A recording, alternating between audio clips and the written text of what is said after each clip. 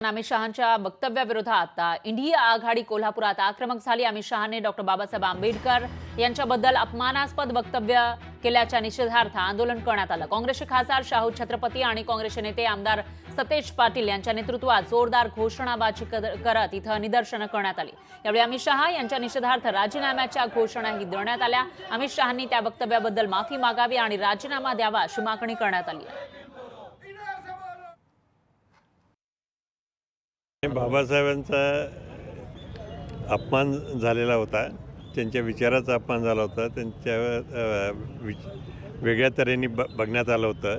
त्याच्यामुळे सगळ्यांना बरोबर वाटलं नाही आणि अशा तऱ्हेने बाबासाहेबांचा बद्दल काही बोलणं हे अत्यंत चुकीचंच आहे। संसदेमध्ये ज्या पद्धतीनं विश्वरत्न डॉक्टर बाबासाहेब आंबेडकरांचा अपमान या ठिकाणी करण्यात आला, त्या संदर्भात माफी मागण्याऐवजी इंडिया आघाडीच्या खासदारांना धक्काबुक्की करण्याचा प्रयत्न या ठिकाणी झाला।